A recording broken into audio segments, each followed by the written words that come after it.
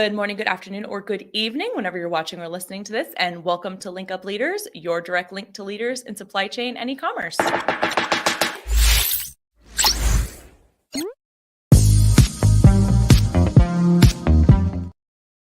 My name is Lisa Kinski. I'm your producer and co-host, and joined as always by Francois Jeffrey. Francois, good afternoon. How are you, dear? Good afternoon. Doing great. How are you? I'm doing good. Are you all recovered from the wedding? Yeah. You mentioned I was a little bit out of it on Monday, and I realized that on Saturday, which was the wedding night, after pretty much all the guests had left and it was just the bridal party, I looked at my Whoop and the recovery, and I didn't realize that we were up until the birds were chirping at 6:30 in the morning, and then we check out.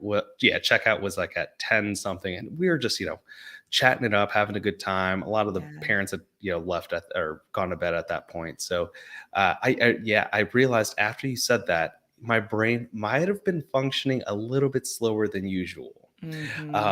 But fully recovered now, good to go. Good. Ready to watch Doctor Strange on Friday for those of you that are Marvel fans. So it should all be good.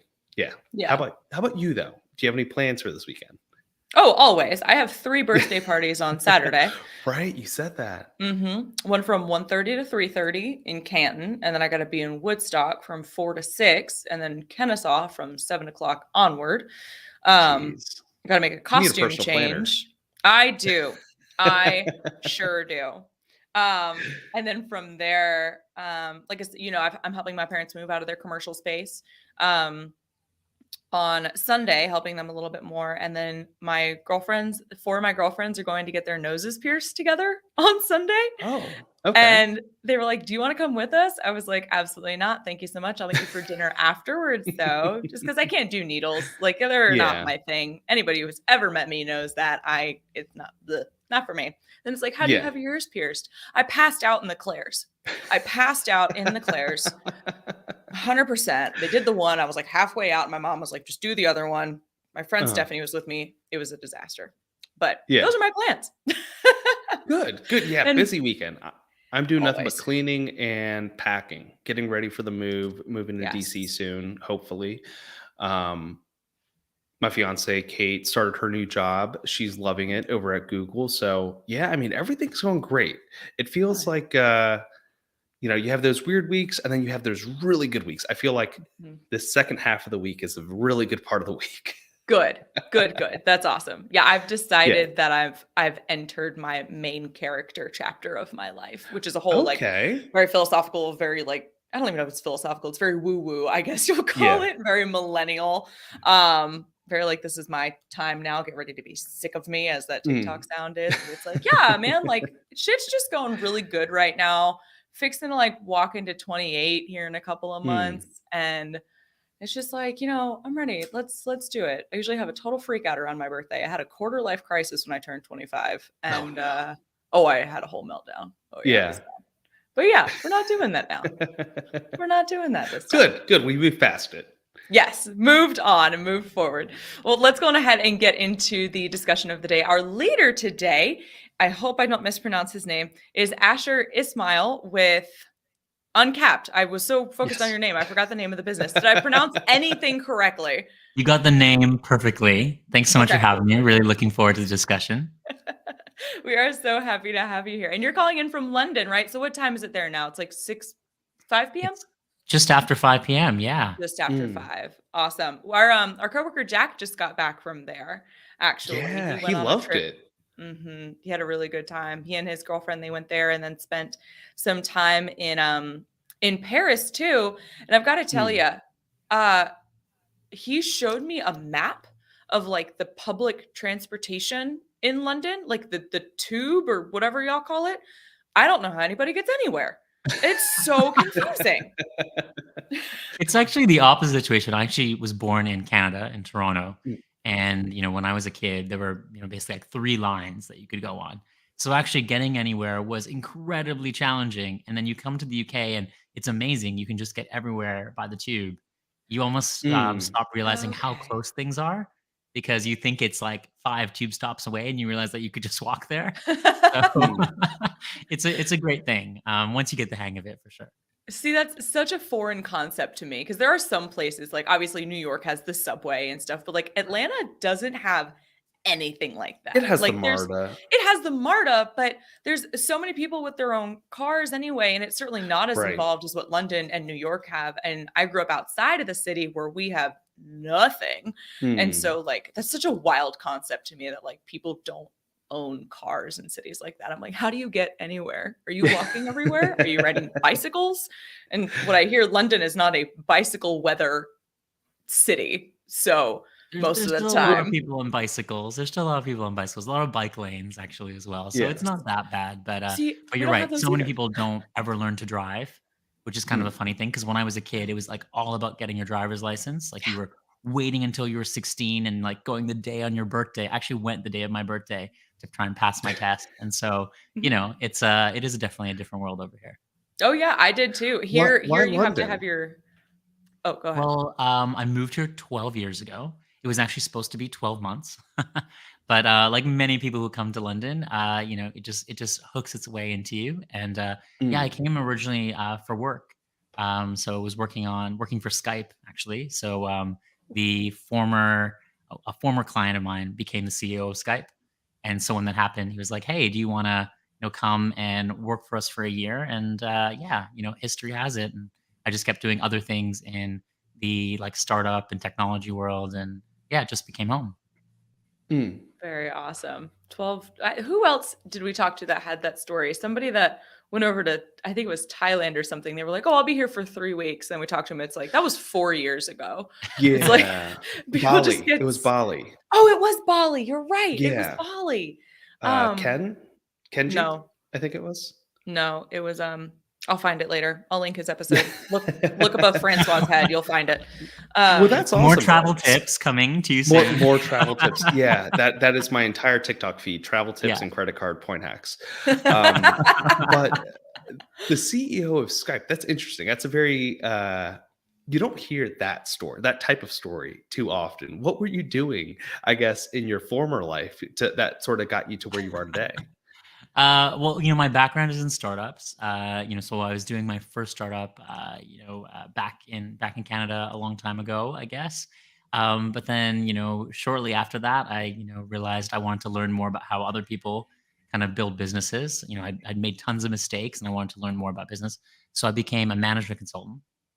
And then while I was a consultant, I was working on a project for Cisco, where Tony was a VP, and then he went on to get this job of becoming the CEO of Skype.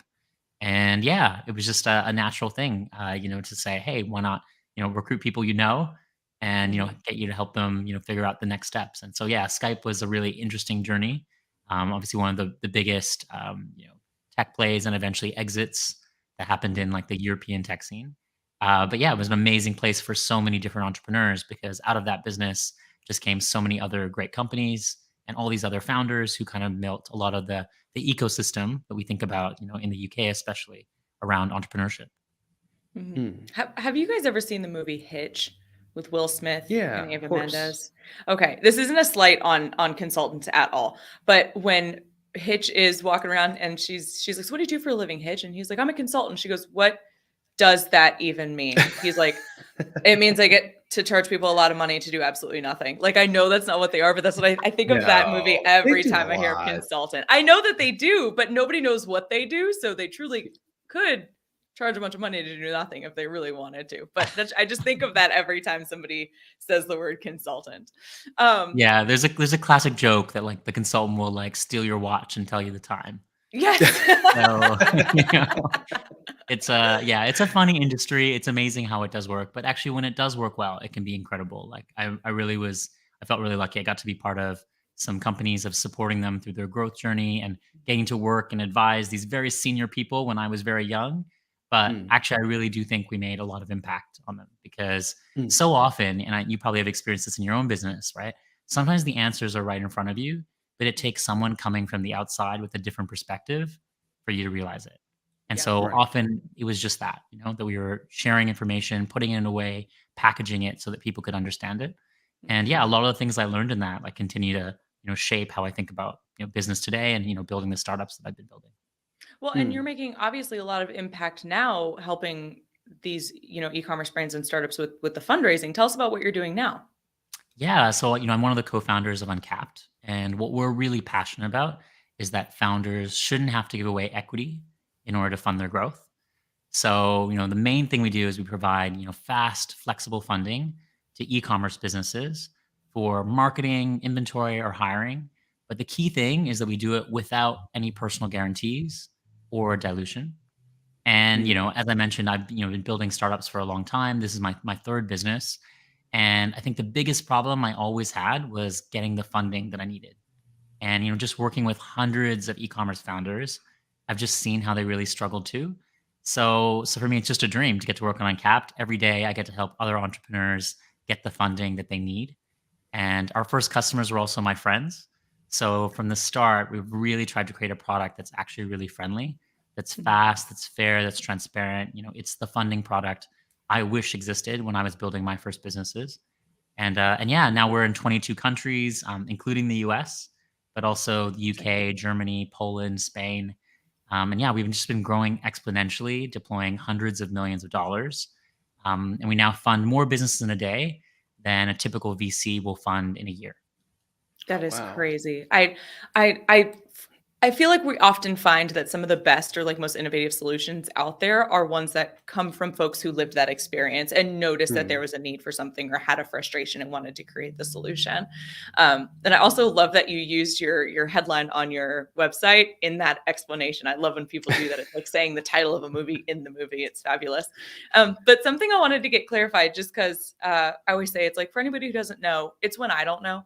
So what do you mean by doing it without dilution? What does dilution mean?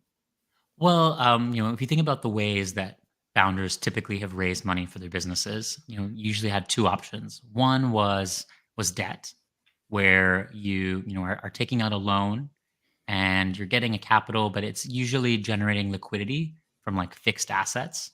So like you have a house, and there's this fixed asset which you can get some funding through that, and you usually have to give up a personal guarantee for it. The other way is to give away equity in your business. And so if you were, for example, doing a venture capital round, you would give up, 20 to 30% of your business in each round of funding. And that's what we mean by dilution. So when you think about dilution, it's that idea that, you at the beginning had 100% of the pie. And now if you've done one funding round, you've given away, say, 20%, and then you do another and another. And actually what can happen is you end up owning very little of your company. So the stat is that typically a founder will own 15% of their company at exit if they go down the equity route.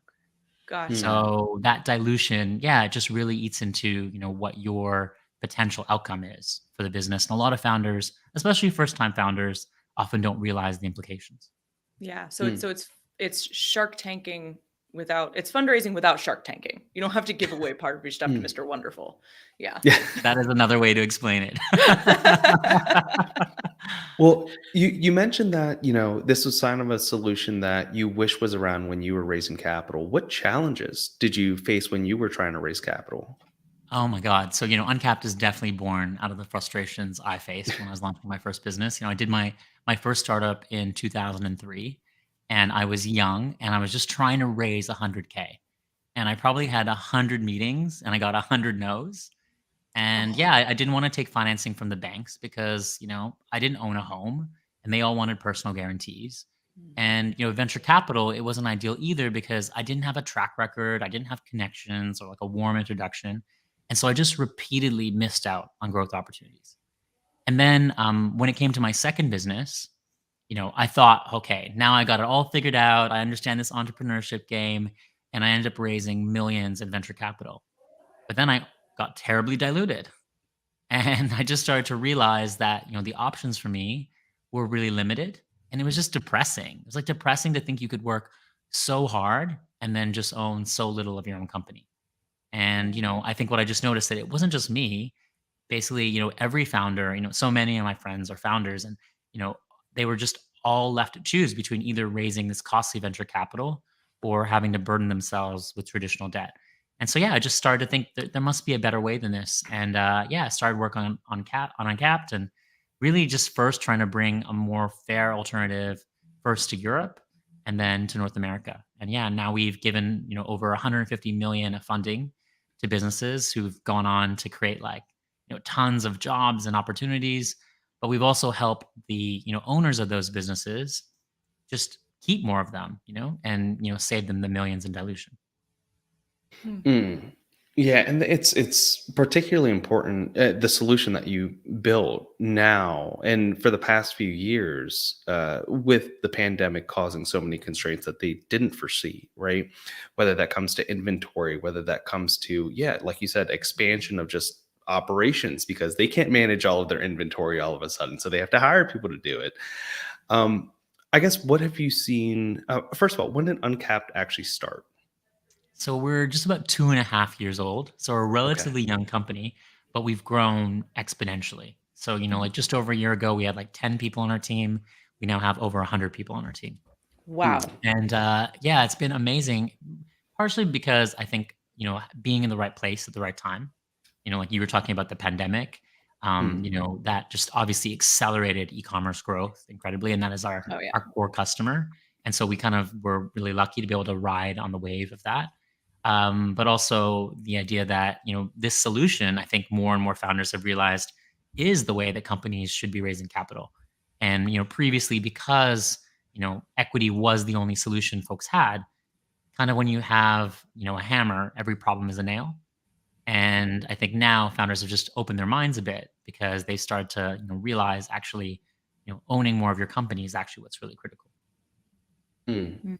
And so, how have you seen companies best utilize these funds? I know you have a few ways on your site, even of how they use it, but can you walk us through sort of the development over the past 2 years of the pandemic of, I guess, the best ways that you've seen them use this capital? Yeah, like, I think when we started, we were first just offering funding for Facebook ads. So, we were saying to folks, if you are, planning to, go out and raise an equity round where you're doing, that 20 to 30% and giving it away in order to fund something like marketing, it's probably pretty silly in an e-commerce context, right? Because if you have 1 pound in and you know that you're generating 3 pounds out, say like, that's your typical ROAS, then to give away that equity for something you're going to get tomorrow is just really silly. And so that was our first solution and where we started to help entrepreneurs. But then we started to expand and realize that actually, those same entrepreneurs had challenges with inventory. And again, we're making a great return. So there was an opportunity there. And then we expanded to hiring.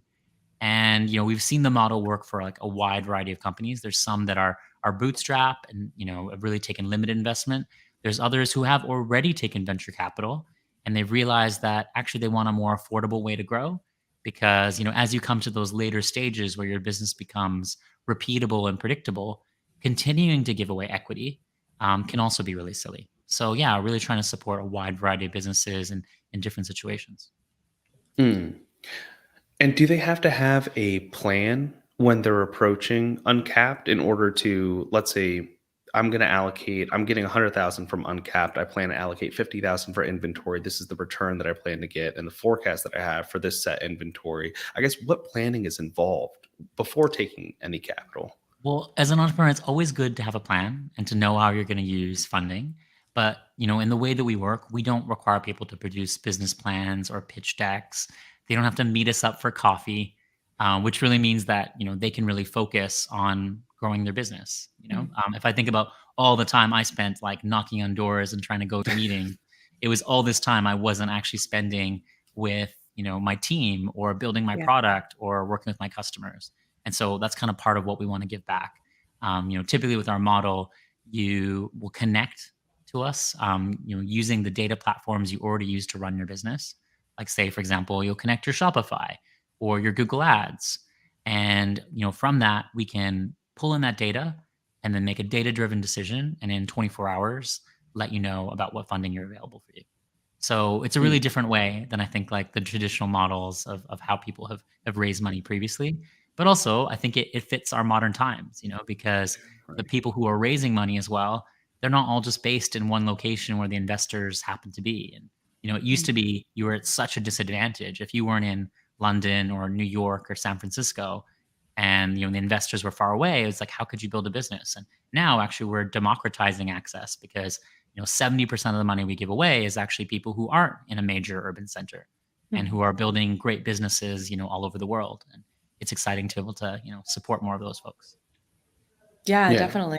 And going like even a little earlier in the process, like before needing to know what to bring to Uncapped, how does a founder, like when does a founder determine when they need to start fundraising? Like, is it when they want to get it off the ground? Is it getting to the next step? Is it getting ready to scale for in anticipation of an exit? Like, how do they know when is the right time?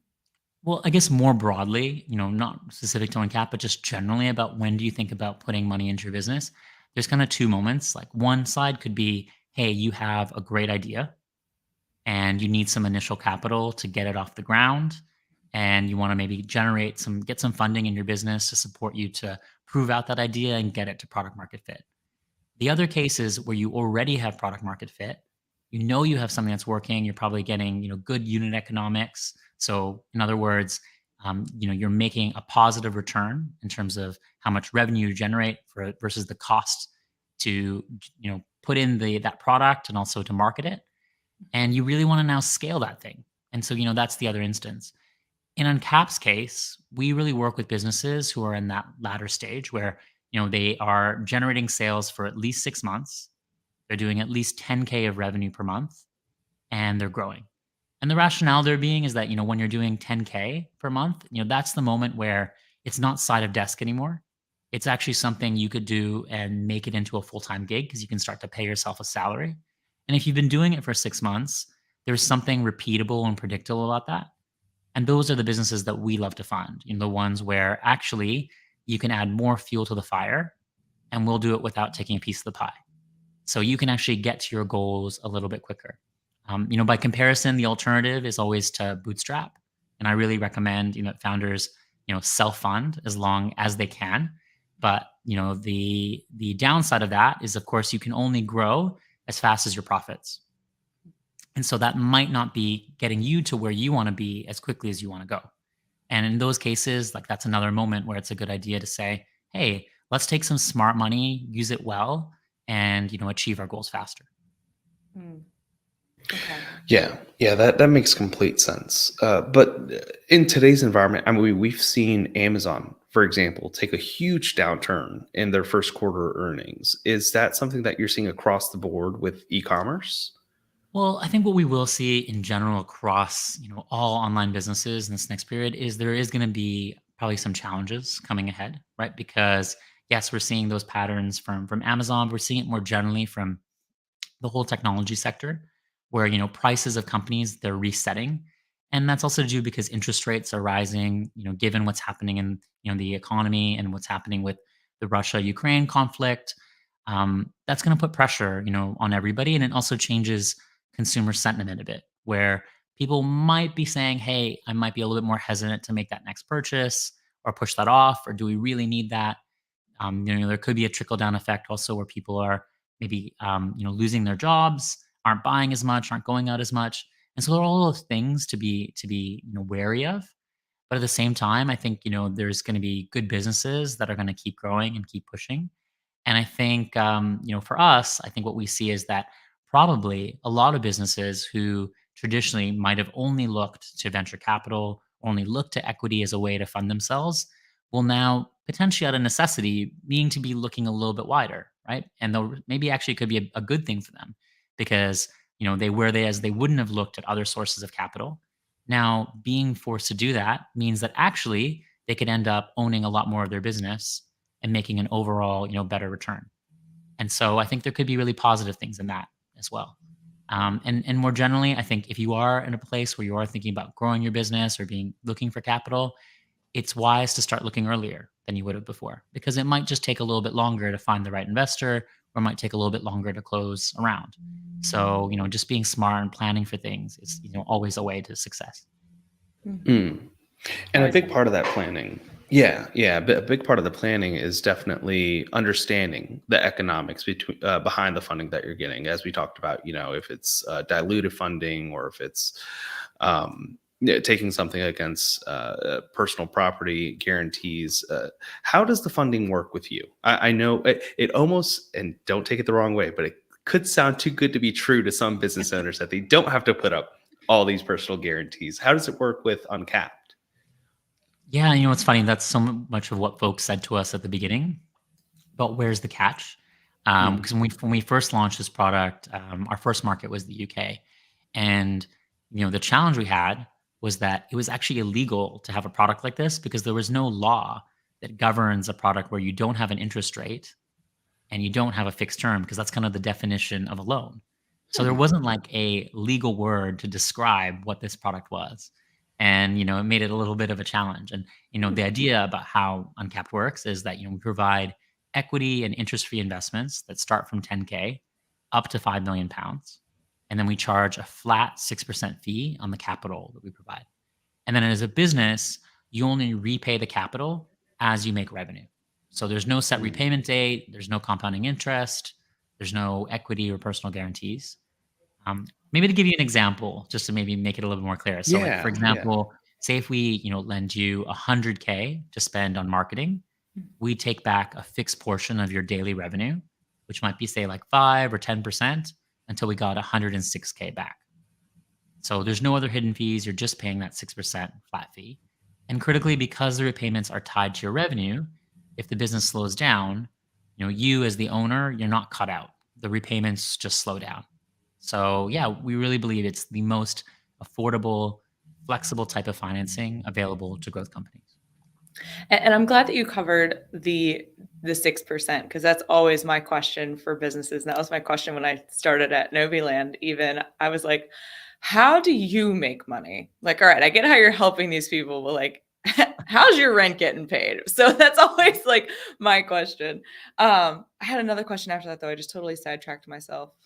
106 payback. So like you mentioned, if you are, if somebody's getting 100,000 for marketing, what if they don't actually end up using it all for marketing? Do they have to prove that they're putting it towards what you guys gave it to them for? Give them, you know what I mean? So it depends on the deal that we've structured. So sometimes the deals we give will give you a set of capital for a specific purpose. Okay. And if you want to use it for a different purpose, there might be a slightly different fee. Okay. So, for example, if we give you funding for marketing, we'll typically do it on a marketing card. So we'll give you a card that is, locked down, so you can only spend it on Facebook, Google, Twitter, Pinterest, etc. And we can track the usage of that purpose. And then you might say, actually, you know what? Now I need funding actually for inventory, and we might give you a different deal, basically matches that kind of life cycle of that cash flow. But yeah, we're really flexible. So we always try to work with the businesses that we're with and support them and figure out what their problem they're trying to solve, and find a solution. So yeah, that's kind of the way I think we've always been successful, is just figuring out what founders really need and giving them the right thing. Yeah. Yeah. That's interesting that you guys give it to them on a card, like a designated, like, okay, we're going to, kind of monitor, I'm not going to give you $60 for gas. Here's a gas card. Go use it for gas. So that's interesting. Yeah, that's been one of the brilliant things, because, historically, why banks and other folks have charged higher rates sometimes for funding is because they didn't know how it was going to be spent. And so that adds a lot more risk to the profile. And so by, managing that, we're able to then offer folks capital at prices that are just more fair, because it reflects how they're really going to use money. And if you have a, say, for example, an e-commerce business that is getting that, 3x ROAS, they pay a 6% fee, they're still getting 2.94. So that's a bet you should take every time, right? So if we see a business like that, it's a no-brainer to be able to go and give them additional capital to invest into their marketing. And so it just makes the whole process so much easier and lets us make decisions really quickly. And it matches the use case. And our thinking is also that we never want to give an offer to a founder that they can't afford to repay. So, it kind of works both ways. And yeah, it means that people then trust us. They come back for more, or they, recommend other people to us. And, it's how we've grown. I know that you had mentioned, sorry, just real quick, like the kind of the minimum, what's the best fit to, kind of work with Uncapped, is just in general, is there just a lower barrier to entry working with Uncapped than like traditional VCs? Because venture capitalists sounds like a really intimidating term to me. And like, you have to have like a stellar, like really a successful Kickstarter campaign and you have to be like, 3 million people want this product, give me the money to make it. Like, it sounds really intimidating. Well, VCs typically one of the criteria for investing is that they're looking for very big returns. So they're looking for big markets where they can 10x their money typically. And the thinking behind that is that they only expect 1 out of their 10 deals to actually pay out in a big way. And why that's different for us is actually we want 100% of the companies that we back to succeed. So we have to be much more focused on figuring out who are going to be the winners and trying to play it in that kind of way. So venture capital just has a different model, and for that reason, it means a lot of e-commerce businesses don't fit the mold because a lot of the spaces that are those big markets in e-commerce have already been taken. There's already a player in them. There's still niches that haven't been fully captured, or there's markets that haven't been, and therefore there's still investments that are happening there. But often they're looking for businesses that have a different return profile. And that just means that so many good businesses that are doing great things that do deserve funding just struggle to find the right person to be able to back them. And so, yeah, that's what we're excited about, is actually realizing that there are tons of those great businesses, and we can support them with a model where it means founders actually also get a good return. Oh, that's great. And go ahead, Francois. I just had a question. So yesterday we had someone amazing on that talked about micro acquisitions, Oren. And have you seen any businesses that you're working with use the funding for micro acquisitions? For example, for a small email marketing agency, or for even a competitor brand that they might just want to add their SKUs into their set of listings. Have you seen anything like that go on?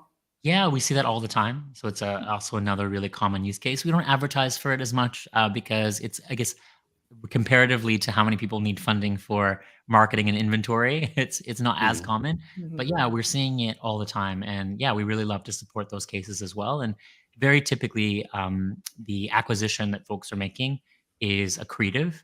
So where that means that they are acquiring a business that, say, is already profitable and is doing well, and they want to now pull that business into their business because they have a higher revenue multiple, and taking in those revenues is just like a pure win.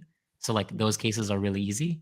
Other times, you're right, they want to take over a competitor maybe that isn't doing as well, and then you can believe that, hey, this team with their existing performance is worthy of getting a certain amount of capital, and they can use that to contribute towards getting another deal or another acquisition to happen. So we always look at those on a case by case basis. And yeah, if folks are out there looking for that, definitely reach out, talk to us, and we'd love to see how we can help. Now, what about like when it comes to, because I feel like sometimes when you're talking about like lending money or raising capital, there's always the issue of where your business is based. So what kind of like, if our brand based in the US wants to buy a competitor brand that is based out of Canada and use Uncapped, which is, I know you said you guys are in 22 countries, but maybe, using Uncapped, which is based out of London. I'm not sure where your headquarters is exactly, but that's where you are. So that's what we're going to say. What kind of like, do we also have to have business entities in London? Would you have to have, how does that work? Yeah. So, with us, by the way, we're a fully remote company. So we don't have offices anywhere, but we have team members in 18 countries. And we fund companies in 22 countries. So we are, from day one, have been very global and very international.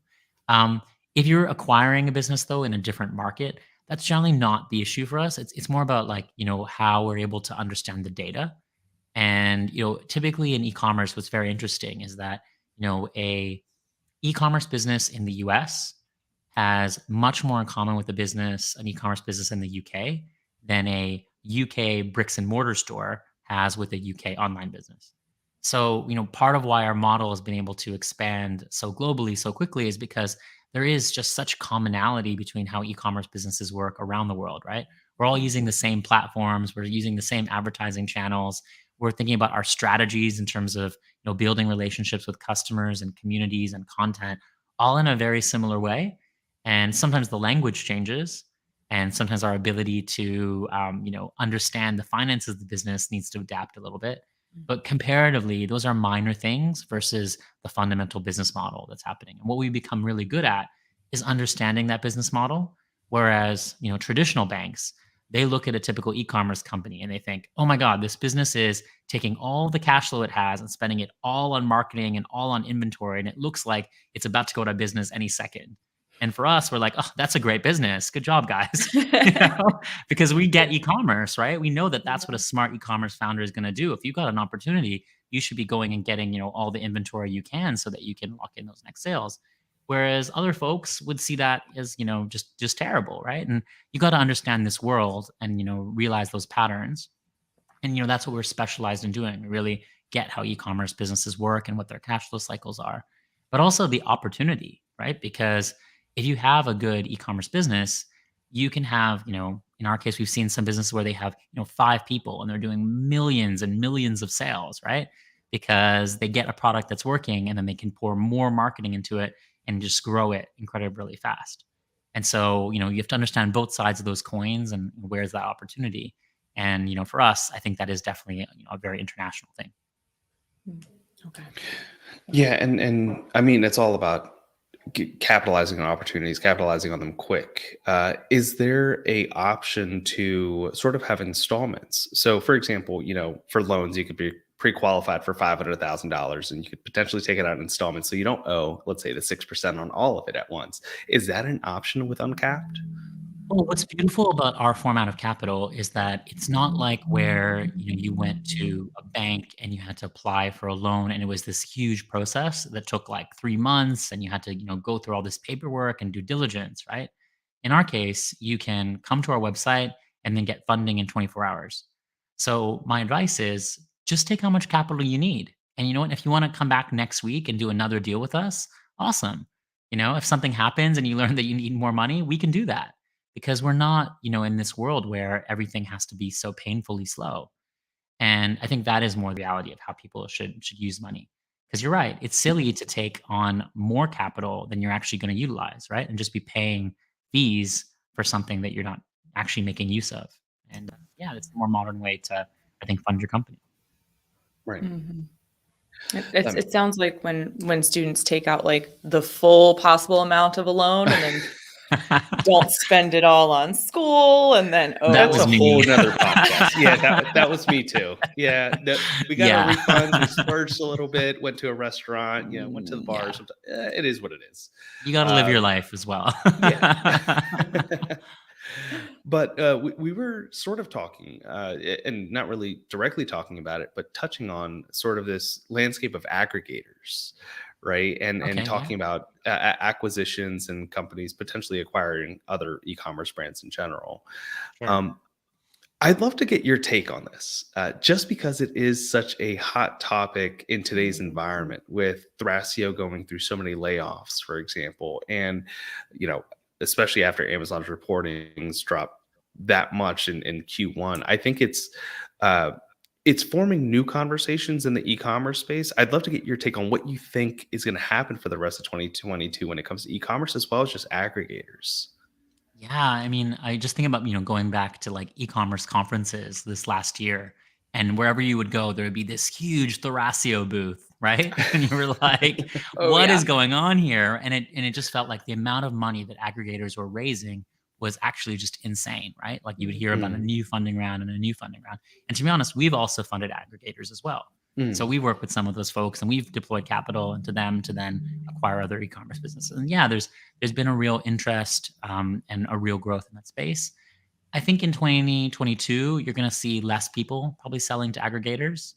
And I think that market will cool a little bit. There's still going to be growth and we're going to still see growth in e-commerce. So don't get me wrong in terms of it all being doom and gloom, right? But I think there's also going to be more options for those businesses that otherwise would have sold out, because part of their challenge is they get to a place where their business is, capped on how far they can grow and they want to get out of it. But now I think what we're seeing is that those options are, increasing for businesses. And so they have a bit more time before they need to go out and make that sale. But also I think the aggregators are also going to be a little bit more picky about what they're acquiring. In the past, I've seen a lot of the aggregators acquiring things where, it's a an e-commerce seller who has a undifferentiated product. So, they're acquiring their set of product range will be really wide. Like they're selling everything from lollipops to TVs to, laundry stands. And you're like, what is the strategy behind this aggregator, Yeah. right? And, I think that kind of stuff, you're going to see less of that because it's so easy for that to be replicated, right? That someone can just capture what is your strategy and, do you really have something that can be fully optimized? Well, you're going to continue to see growth in, I think what aggregators will continue to focus on is those folks who are actually building something that is a real brand, or they're owning a category and really understanding that category deeply so that they know what are truly the best products in it and they have some expertise. And then that leans towards something which you can actually more so scale and fund. And yeah, I think it'll be interesting to see. But my prediction is it's probably going to be a little bit slower than it was before. Yeah, I think that's kind of the general consensus because there was another large aggregator too. It wasn't Thrasio that just recently had significant layoffs or something. I can't remember. Do you guys know which one I'm talking about? I'd have to. I'm seeing some of them go through some M&A, but I haven't seen anyone other than Thrasio. Obviously, Thrasio is one of the biggest names in the industry, and that's why. One. And I do think it's funny that you mentioned at some of these e-commerce shows, it's I don't know if you're referring to it specifically, but at Prosper, their booth was massive. And I thought it was funny. There's only so many places that you can buy booths from, right? Like they're enormous pieces and, you can only order them from X number of suppliers. But their booth was the exact same design as the cart.com booth. And I was like, is this a coincidence or is something happening? Are y'all trying to be sneaky? And nobody could answer that question for me. Yeah, it's an interesting place. But do you think that some of the companies that you're working with, are you seeing any slowdown in their growth? Which obviously is a signal of potentially other companies not taking as much capital or not needing as much capital. Yeah, so I think there definitely is the case. It also changes depending on where you are in the world. As you get closer to Eastern Europe, we're definitely seeing businesses have more of a slowdown effect. And, I think that is also, starting to come through in Europe, but in the US, less so. The US still seems to be steady and strong. But I think that, things can change so quickly, and we're seeing just if you follow Twitter, the conversations that people are having about kind of the VC nuclear winter. It's kind of what's being referred to. That idea that, VC investors have just paused their investments. And in general, people are rethinking their positions a little bit, right? They're waiting for things to reset. And so you're going to start to see that. And I think we'll start to see that carry around, around the world a little bit. But, as another investor put it, the markets are stronger than a lot of people realize. But you just need to have, the right brand with the right plan, the data and the story. And so I think, if you're a smart founder and the options that are available to you, and you can tap into them, there's still a lot of growth to be had. Yeah, this concept of brand building has definitely, I think, surfaced in the past 4 or 5 years, as opposed to before that, where it was, the Wild West. Just find whatever you could find that would be cheap on Alibaba and relist it. And change up the branding on the package. And we see that all the time, especially nowadays with drop shipping being so dominant in all of social media. It's, hey, you want to make $10,000 in the next 6 weeks, go to drop shipping. But with that, do you see, are you funding retail arbitrage businesses, or are you only funding private label brands? Yeah, that does happen when you fund businesses of all sorts. So, it really depends on how they're executing that play and, whether the underlying data for, how they're actually selling it is strong. So we have funded in those cases. There's also other, cases I'd say where people are taking something that is a challenge and making it into an opportunity. And I think that's especially, related to like supply chain, where, I've had so many customers where they've had a big shipment that is like stuck on the ocean somewhere, and then they've like learned from that lesson, and then in this last period been like, hey, we got to get more inventory. But the smartest ones are the folks who actually take the arbitrage, where they talk to their suppliers. Like we had one customer where they negotiated with their suppliers and doubled their inventory at a 10% discount, and then, came to us and, got funding with a 6% fee. And you actually are profiting off of the fact that they now have more inventory. So, I think if as a founder, if you can just be smart about how you're using capital and how you're taking advantage of some of those arbitrage opportunities, that's a good funding opportunity, and that's a good business to back. So I think we're going to see more and more of that, about people just being a bit smarter in terms of how they use funds. Yeah. I mean, even the topic of 3PLs has never really been talked about until the pandemic, where they have started to see those supply chain slowdowns, and it's had a huge impact across the board, right? I mean, just-in-time manufacturing, for example, it's not as reliable as it was pre-pandemic. You can't, estimate 30 days on the water and 5 days to check into Amazon anymore. It's, hey, we need it for the next 90 days, even if we know that we're not going to sell it. So we need somewhere to store it. And to that, to the point of 3PLs, but just in general, do you have partners that you're able to help your clients get set up with when it comes to, whether it's marketing, whether it's expanding their supply chain operations? Yeah, absolutely. So, what's really beautiful about our model is because our incentives are fully aligned. We make revenue when our customers make revenue. So, we want to do everything in our power to help them, grow faster. And, often that means first, talking to them about their actual data, because, we're underwriting them. So we're able to actually see all this data that often just isn't available to them at their, as easily. And, understanding things about how their cohorts are performing, understanding how they compare in terms of advertising, how they could optimize their margins for their space. But then we can also introduce them to partners. And so we have a bunch of partners in 3PL. We have partners in marketing agencies. We have partners who support them in terms of just building better financials and a better understanding of their business. Because, I know from my days of like building a company, you were just figuring it all out. You were just trying to do, just in time on your business, right? Where you're just getting the piece that you need so you can keep going until tomorrow. And we just have this advantage that, we see, thousands of businesses, and we can identify, what are the gaps, what are the opportunities. And what we like to say is that we're the smartest money that a founder could raise. Because, unlike when a VC talks about being smart money, we actually have the data. We actually have the connections. So it really means that we can help in a way that I think other funders just couldn't. Awesome. Yeah, that's amazing. Particularly when you compare it to VCs, because VCs will come in and, the smart money is, hey, they have a lot of expertise in marketing, or they'll introduce you to the right people, or get you on QVC, for example, if you're going with the Shark Tank analogy. I love her. I love Lori Grenier. I love her. But it's really about having and knowing who the right partners are out there, right? A business owner doesn't particularly know that they have solutions to their marketing automation, or to finding those 3PLs quickly. And having someone like Uncapped, it sounds like a huge asset to the business, aside from taking the capital. Yeah, because what's totally the worst is when you decide to partner with a marketing agency who sounds really great on the tin, but you have no way of really referencing them, because the references they're going to give you are obviously their all-star client who's done like super well. But actually you want to know, like, authentically, is this marketing agency get good results? And finding the right one when you do can make a huge difference in the outcomes for your business. But God, like, none of us know, right? Until you actually get into the game and go, wait a minute, you've just screwed up my Facebook ads. So you don't want to be the one who has to do that trying out and being the guinea pig. And so, yeah, we're just really lucky. We get to work with tons of agencies and tons of founders. We hear all the stories about where it's gone wrong, but also we find out where it's gone right. And, it's like really a pleasure to be able to direct people to other good people who are doing, good things, and, helping businesses actually grow.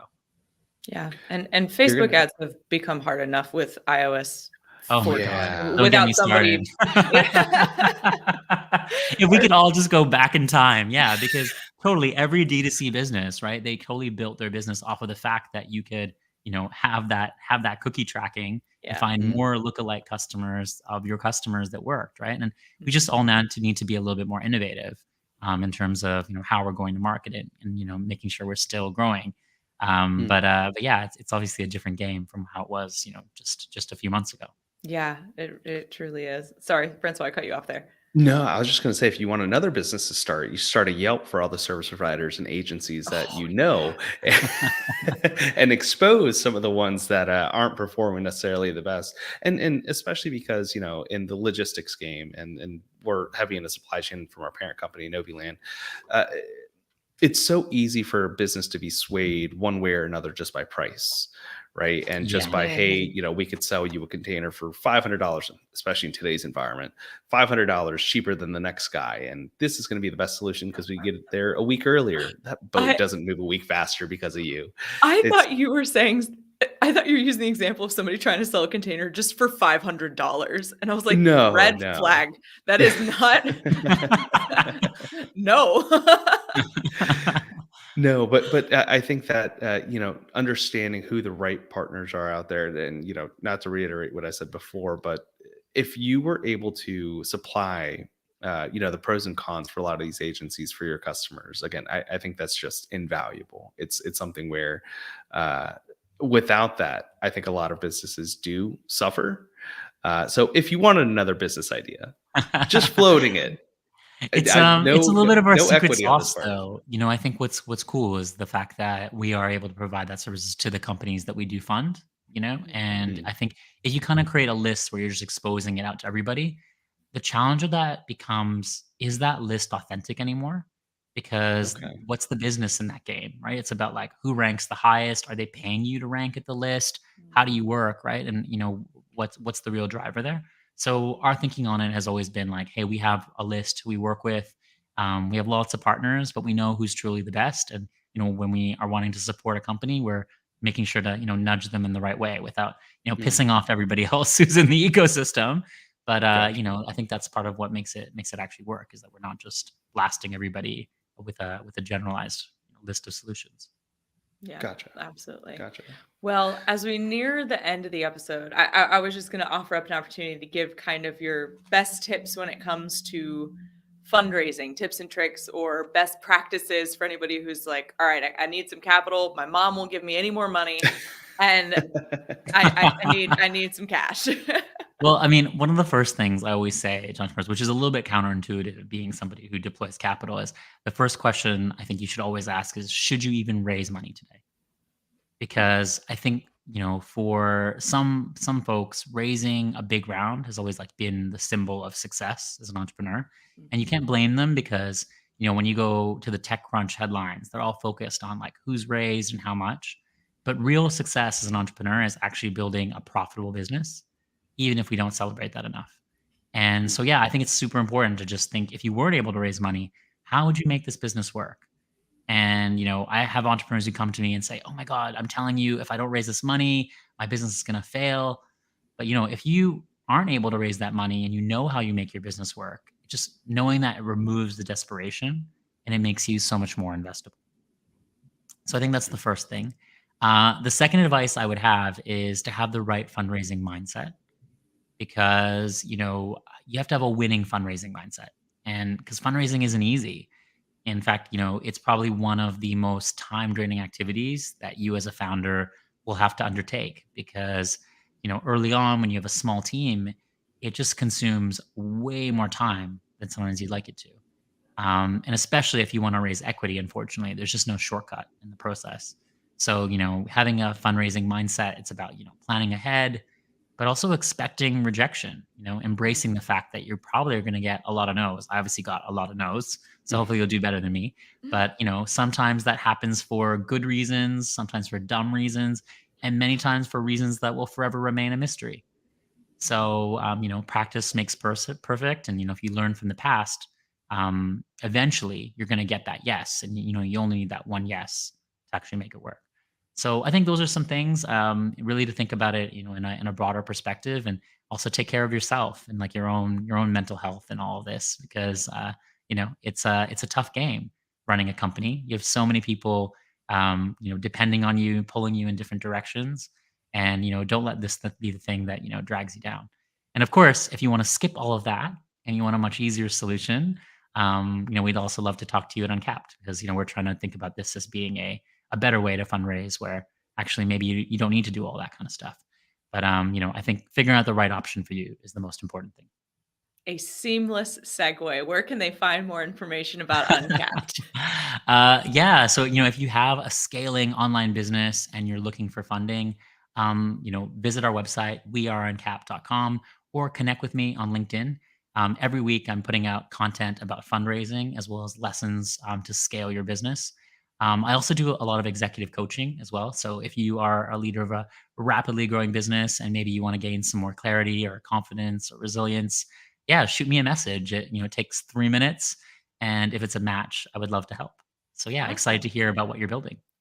Are you comfortable if I link your LinkedIn profile in the description of this, Oh or my would you God, rather? definitely. Okay. Yeah, Some let's people, do it's it. like, I don't want all the bots hitting me. I want a real human to go in, type in my name, find me, send a message. But no, I'll go on ahead and link your LinkedIn profile in the bottom of the episode. And then also the website.